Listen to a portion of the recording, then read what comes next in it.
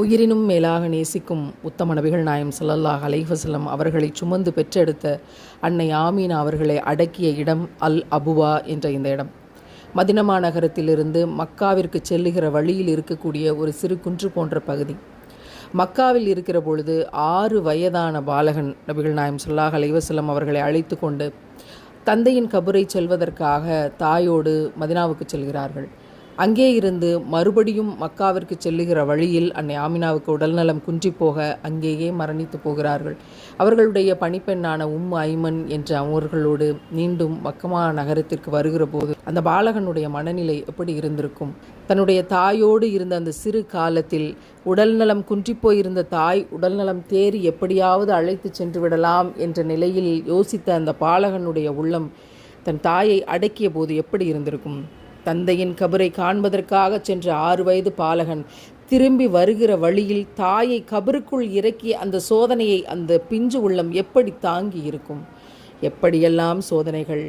6 வயதிலேயே அனாதை ஆக்கப்பட்ட சூழ்நிலைகள். பிற்காலத்தில் நபிகள் நாயம் ஸல்லல்லாஹு அலைஹி வஸல்லம் அவர்கள் ஒரு சபையில் இருக்கிற போது, என் பிள்ளையை யாராவது பார்த்தீர்களா என்று பதட்டத்தோடு ஒரு தகப்பனார் வந்து கேட்பார். யாரும் இல்லை என்று சொன்னபோது, நான் அந்த தெருவில் போய் தேடப் போகிறேன் என்று சொல்லிவிட்டவர் சென்றவரை நபிகள் நாயம் ஸல்லல்லாஹு அலைஹி வஸல்லம் அவர்கள் அல்லாஹ்வின் தூதர் அழைப்பார்கள். அழைத்து சொல்வார்கள், உன் பிள்ளையை நீ எங்காவது வீதியில் பார்த்தால் அங்கேயே அணைத்து முத்தமிட்டு உன் அன்பை காட்டாதே, உன் வீட்டிற்கு சென்று அந்த அன்பை காட்டு, ஏனென்றால் அங்கு யாராவது அனாதை குழந்தைகள் இருக்கக்கூடும் என்று சொன்னார்கள். ஒரு அனாதையினுடைய வலி ரசூல்லாவுக்கு அல்லாமல் யாருக்கு தெரியும்? தன் தாயை 6 வயதில் இழந்து தாய் வயிற்றில் 6 மாத குழந்தையாய் இருக்கிற பொழுதே தந்தையையும் இழந்த அந்த உள்ளத்திற்கு தெரியாமல் வேறு எந்த உள்ளத்திற்கு தெரியக்கூடும் அந்த வலி? அப்படித்தான் சொன்னார்கள். நாட்டிற்கு தலைவராகிவிட்டார்கள், அதிபராகிவிட்டார்கள்.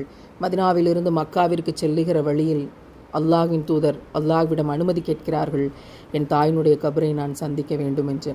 இறைவன் அனுமதி தருகிறான். அங்கே சென்று அழுதார்கள், அழுது கொண்டே இருந்தார்கள். இப்படி ஒரு அழுகை நாங்கள் கண்டதில்லையே என்று சுற்றியிருந்த சகாபாக்கள் எல்லாம் அவ்வளவு கவலை கொண்டு பதறுகிறார்கள். எப்போது இந்த அழுகை நிற்கக்கூடும் என்று பதறுகிற அளவிற்கு அழுதார்கள். என்ன நினைத்து அழுதிருப்பார்கள்? அந்த உள்ளம் எப்படியெல்லாம் பதறியிருக்கும்? தாய் இல்லாத வெற்றிடத்தை நினைத்து அழுதிருப்பார்களா? அல்லது தாயை குறித்து அழுதிருப்பார்களா? இறைவன் மட்டுமே அறிந்தவனாக இருக்கிறான். அந்த கண்ணீரெல்லாம் நமக்கு சொல்லிக் கொடுத்த பாடங்கள் என்ன?